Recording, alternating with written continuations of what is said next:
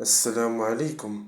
أجهز الشاب يبلغ من العمر 16 عامًا على خالي يوم السبت بجامعة الترابية القروية تلات يعقوب بإقليم الحوز على إثر خلاف عائلي بعدما وجه إليه ضربة قوية بواسطة حجرة على مستوى الرأس.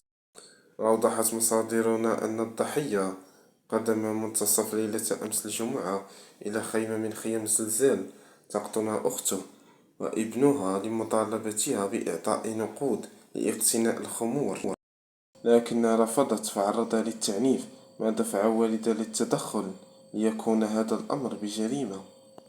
أشكركم على المتابعة وإلى فيديو قادم إن شاء الله.